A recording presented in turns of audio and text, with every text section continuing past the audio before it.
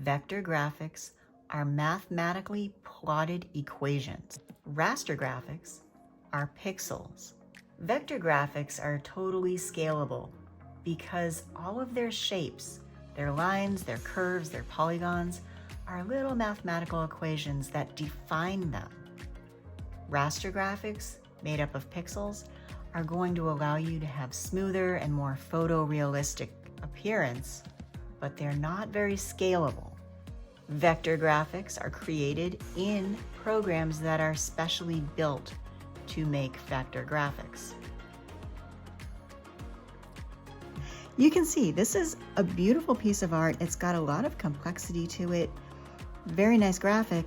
It is different than what you would see in a raster program like Photoshop or PROCREATE because everything in here is a shape.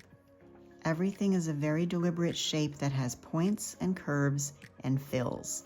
If we turn off all the color and we just want to look at the lines by itself, the outline mode, and now I can actually see all the shapes that went into creating this piece of art. I'm going to turn our colors back on and zoom back out a little bit. I can actually select just this little space orb, whatever, and I could make that giant. Like that could be the entire backdrop if I want it to be huge. And again, it's vector, so it is just not going to lose any resolution. I could scale that up as much as I want, and you're not going to see pixelization. This could trick you. You might look at this at a glance and say, that's got to be a raster graphic. That's got to be PROCREATE or Photoshop. But when you really zoom in, it's just really, really detailed shapes and layers and transparency. So you can use layers, you can use transparency, but every single shape, look at that, no matter how big I go, every single shape is totally clean and totally just plotted, mathematically plotted points.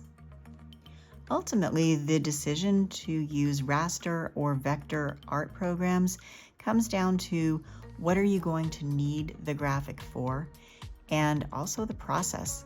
Packaging design, corporate logo design, things like that really do need to be in vector format because you really never know where those are going to end up. I am more prone to using the raster programs. I like to create artwork that's large in size, so if I'm in PROCREATE, I just make sure that my canvas is set properly. So this is a poster.